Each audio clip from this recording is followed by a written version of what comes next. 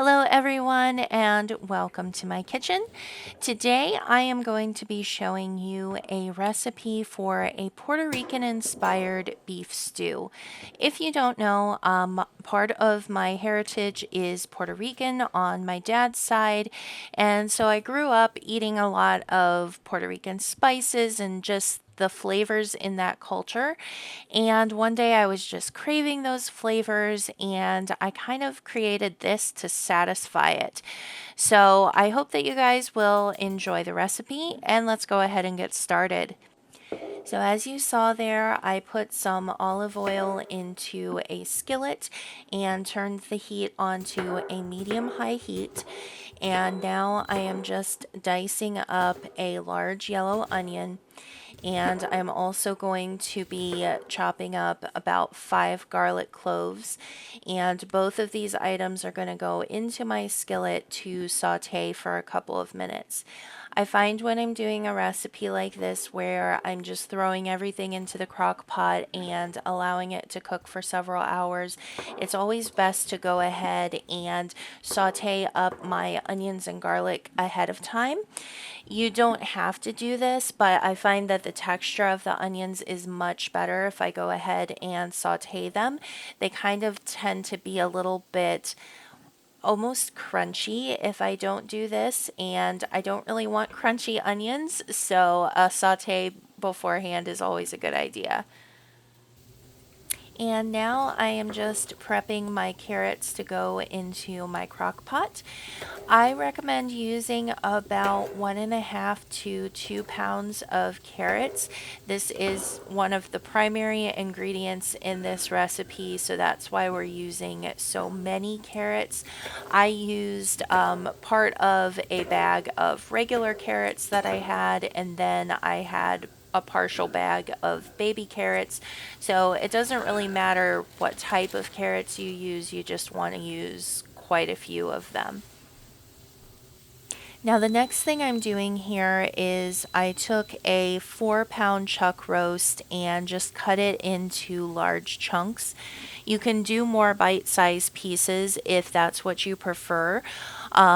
Basically, what we're doing here is I need to get these chunks salted generously, and then we're going to go ahead and give them a sear after our onions are done sauteing. This is just going to give us a deeper, richer flavor in our stew.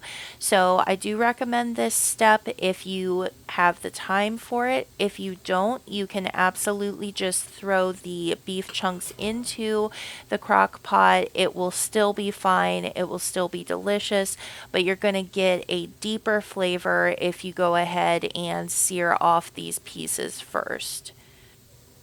My onions are nicely sauteed now, so I'm just going to go ahead and add those into my crock pot. And I'm going to use the same skillet, which is all nice and warm already from those onions. And I'm just putting in a little bit more oil here, but then I'm going to go ahead and add in my beef chunks. And one thing that you do want to consider when you're searing off pieces of meat like this, you don't want to overcrowd your pan, so you don't want to have all the pieces of meat touching each other. So I did mine in about 2 batches and it worked out beautifully for me. Once your beef has been browned on both sides, go ahead and add it into your crock pot. And then we're going to add in our base for the stew, which is going to be our tomato products. Now you're going to want to use two 28-ounce cans of any type of tomato product you like. Today I used 2 cans of crushed tomatoes, but what I would recommend is 1 can of crushed tomatoes and 1 can of whole peeled tomatoes, as it will give you the optimum texture and consistency if you use that combination. And then we are going to add in about 1 cup of sofrito. Now, this is something you can find in the international aisle of your grocery store in the Hispanic section. And this is a tomato based cooking base, which has just a lot of really tasty vegetables and things like that. Hispanics use it as a base for many, many dishes. And it's best if you make your own, of course, but if you don't have the time or you can't find the ingredients, you can always just go to the Hispanic section and pick up a jar of this from there. And now we're just going to go ahead and let this cook. And we're going to let it cook for about 6 hours on low heat in our crock pot.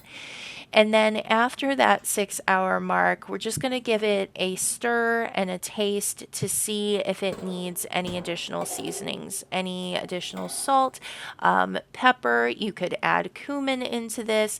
I added some Sazon seasoning into mine. Again, that is a Hispanic spice mixture that you can find in the international aisle. And just get it seasoned up to where it tastes good to you. Now, I recommend serving this over some white rice. Just, it is so tasty and delicious. The tomatoiness, the beefiness, the carrots over some nice white rice. It's just delicious. So I hope you guys enjoy this video. And if you make this, I hope that you will enjoy this meal and have a wonderful rest of your day. Bye-bye.